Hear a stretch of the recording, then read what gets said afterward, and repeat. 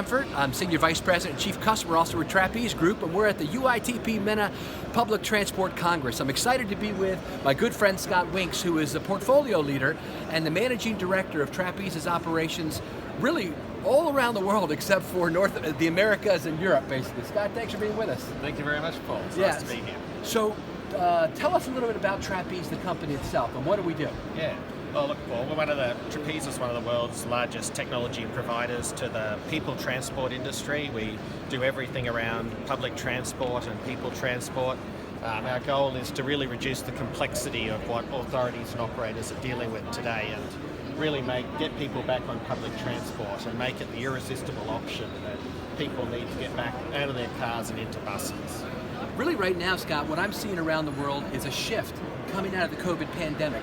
Public transit agencies have decided that they want to integrate all of their transportation modes, their bus, their light rail, their subway, their taxis like they do here in Dubai, and other vehicles, put them all together. But they really need technology to do that, don't they? 21st century technology. They do, Paul, yeah. It's one of the fundamental problems that most of our customers are dealing with is that getting people back into public transport, they need to get confidence, and it's got to be convenient for them and comfortable.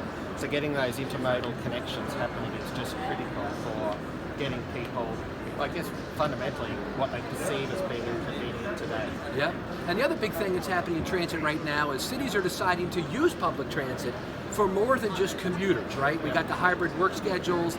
People aren't going to those big tall buildings downtown as much anymore. And so we're looking at policy objectives now, like environmental stewardship, like adding equity and inclusion.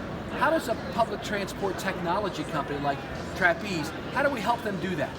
Oh, look, a number of different ways, Paul. I absolutely agree with you that sustainability and equity is critical these days, and a large number of the people using public transport really need the equity to actually get through their lives more effectively. Right.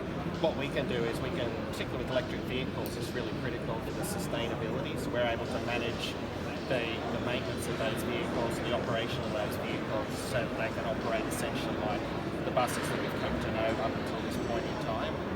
From an equity perspective, it's getting people with disabilities, whether it's hearing impaired or visually impaired, and we can provide technology that provides an app that allows them to see or hear when their vehicle's coming and really break down some of those barriers that prevented them from catching public transport in the past. That's great.